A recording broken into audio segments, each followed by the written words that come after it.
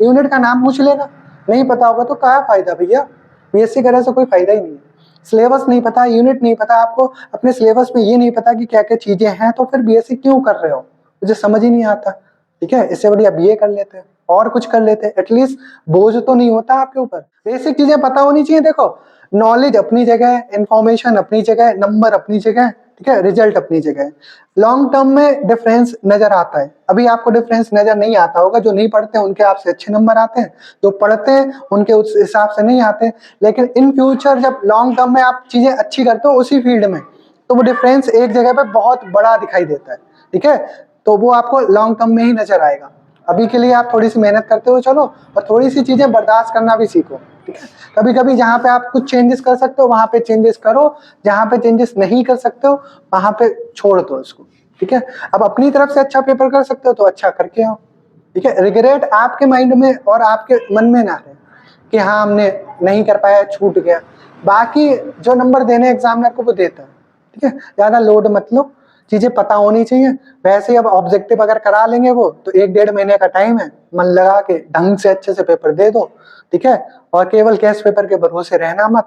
जो नॉलेज अभी तक आपने गेन करी है, जो इन्फॉर्मेशन आपके पास है सब्जेक्ट से रिलेटेड, उसके बिहाफ पे ऑब्जेक्टिव क्वेश्चंस अच्छे बनाते हुए चलो।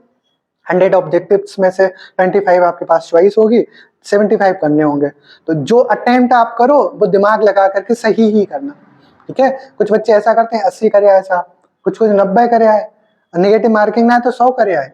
अरे कर आओगे लेकिन चेक कितने होंगे, 75 चेक होंगे। शुरू वाले आपके सही माने जाएंगे, बाकी के आपके छोड़ दिए जाएंगे, फिर बाद में कितना भी रोते रहो। ठीक है, तो ये दिक्कतें हैं, थोड़ी सी समझदारी से काम करोगे तो चीजें अच्छी भी हो सकती हैं, हो सकता है और अच्छे नंबर हो जाए। ऑब्जेक्टिव में सही होने की भी पॉसिबिलिटी ज्यादा है और बेकार होने की भी पॉसिबिलिटी ज्यादा है।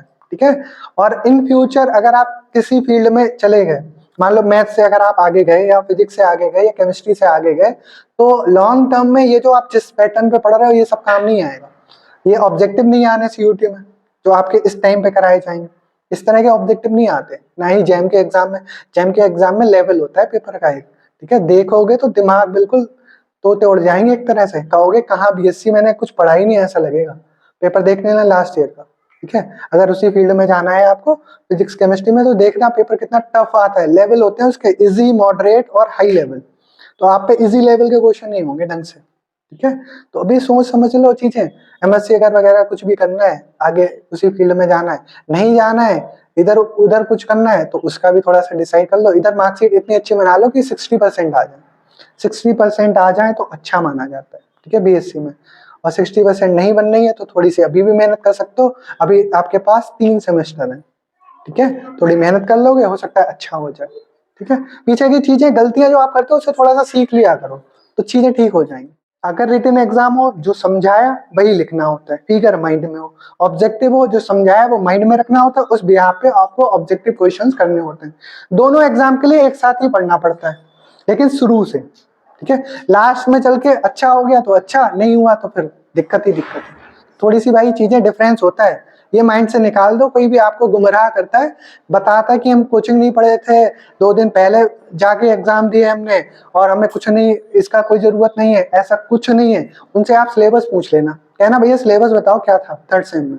सिलेबस बता दें तो लिख के रख लो, नहीं बता पाएंगे यूनिट का नाम पूछ लेना, नहीं पता होगा तो क्या फायदा भैया, बीएससी करने से कोई फायदा ही नहीं है।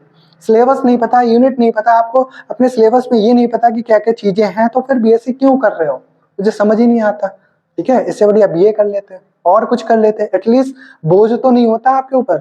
अब लास्ट सेम में आपके ऊपर बोझ होगा क्योंकि आपने बीएससी के बाद ऐसी कोई लाइन चूज करी, ठीक है, जिसमें कुछ रोल ही नहीं है बीएससी का, या और कुछ ऐसा किया आपने, तो फिर 3 साल बर्बाद ही किए हैं आपने, जाने या अनजाने। ठीक है, बीएड बीटीसी करो, कोई दिक्कत नहीं है, करोगे आगे टीजीटी या किसी की तैयारी करोगे तो इसमें ये चीजें जरूरत होगी। साइंस में आप जाओगे तो ये सब जरूरत पड़ेगा, फिर आपको पढ़ना पड़ेगा। आप सोच रहे हो नहीं पढ़ना पड़ेगा, पढ़ना पड़ेगा।